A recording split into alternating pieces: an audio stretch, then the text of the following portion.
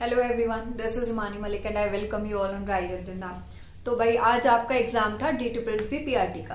तीनों शिफ्ट का एग्जाम जो रहा है वो उसके लेवल के बारे में, किस तरीके से क्वेश्चन पूछे गए, सेक्शन ए और सेक्शन बी में क्या प्रॉब्लम्स आई हैं, जितनी मेरी स्टूडेंट से बात हुई है उसके अकॉर्डिंग, और आगे भी जिन लोगों का एग्जाम्स होने वाला है उनको क्या क्या बातों का थोड़ा सा ध्यान रखना पड़ेगा या रखना चाहिए, उस बारे में थोड़ी सी बात, या शिफ्ट का एक एनालिसिस, क्योंकि एग्जाम तो नहीं है, ऑफलाइन पेपर है नहीं, तो वही है कि सबका एक रिव्यू के अकॉर्डिंग सारी चीजें हैं।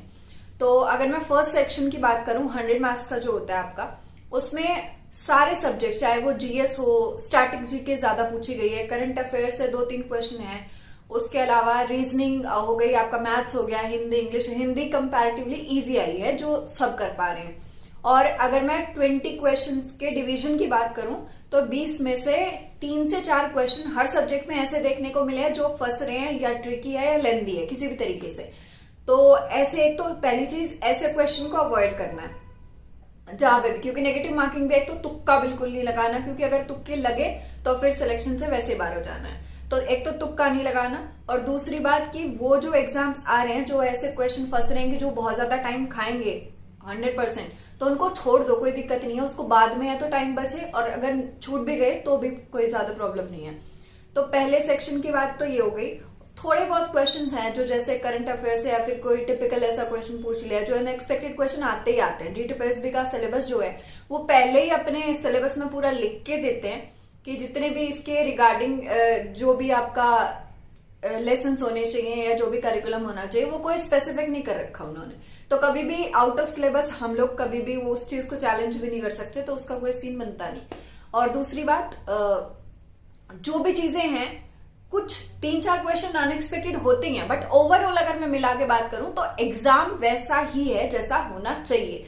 ना बहुत ज्यादा टफ है कि मतलब समझ में ही नहीं आ रहा, SSC वाला हल कर दिया हो या TGT वाला हल कर दिया हो, ऐसा नहीं है। ठीक पेपर है, अच्छा बैलेंस्ड पेपर है।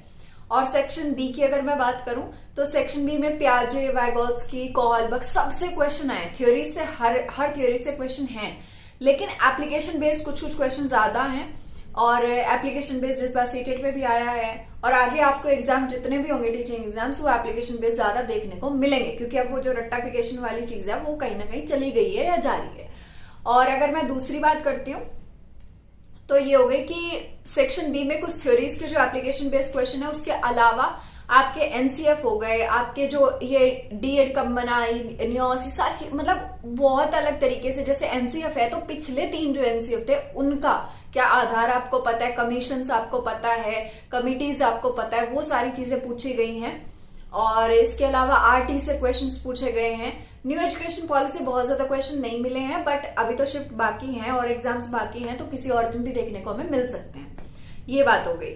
और दूसरी ये है कि सेक्शन ए और सेक्शन बी मिला के, अगर मॉडरेट, कुछ स्टूडेंट ऐसे भी मिले जिनका ये था कि हमारे 130 हमने मतलब किया अटेम्प्ट और अप्रोक्स मतलब सही किया, तुक्के नहीं लगाए, ऐसे भी कुछ स्टूडेंट हैं। और इसके अलावा कि हम ये कह सकते हैं कि कुछ स्टूडेंट्स तो ऐसे भी हैं जिन्होंने आज तक DPPSB का पेपर नहीं दिया था, फर्स्ट अटेम्प्ट था जिनका।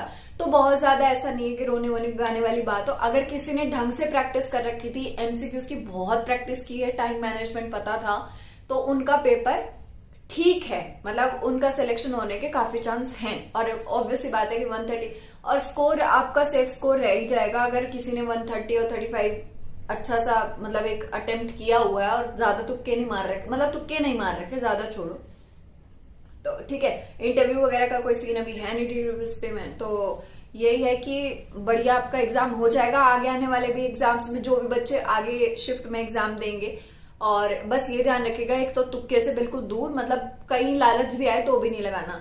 और दूसरा कि आपको ये देखना है कि एप्लीकेशन बेस्ड पेपर है तो आपको कंटेंट पे बहुत तगड़ी मेहनत चाहिए।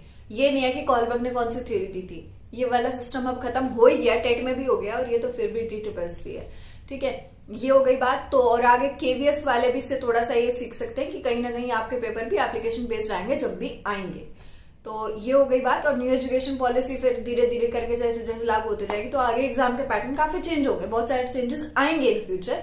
बट एट प्रेजेंट यही है कि ठीक है, आपका मॉडरेट पेपर है, बहुत ईजी नहीं है, बहुत ज्यादा टफ भी नहीं है। तो मेरे ख्याल से एक पेपर ऐसा ही होना चाहिए जो बैलेंस करे सारी चीजों को, और ठीक है, स्टूडेंट्स में कोई नाराजगी या फिर ऐसी कोई चीजें दिखाई नहीं दी ना, कुछ मतलब वो सेटिस्फाई हैं कि हाँ अगर पढ़ा है तो आता है, नहीं पढ़ा है तो क्या कर सकते हैं, ये चीज हो गई। तो ऑल द बेस्ट सभी को। और अगर आपने चैनल को अभी तक सब्सक्राइब ना किया हो तो फटाफट से चैनल को सब्सक्राइब कर लीजिए और नोटिफिकेशन बेल आइकन को प्रेस कर लेना, जिससे आपको आने वाली वीडियोस का या वीडियोस का नोटिफिकेशन क्लासेस का मिलता रहे। ठीक है जी, धन्यवाद आप सभी का। Bye bye, take care.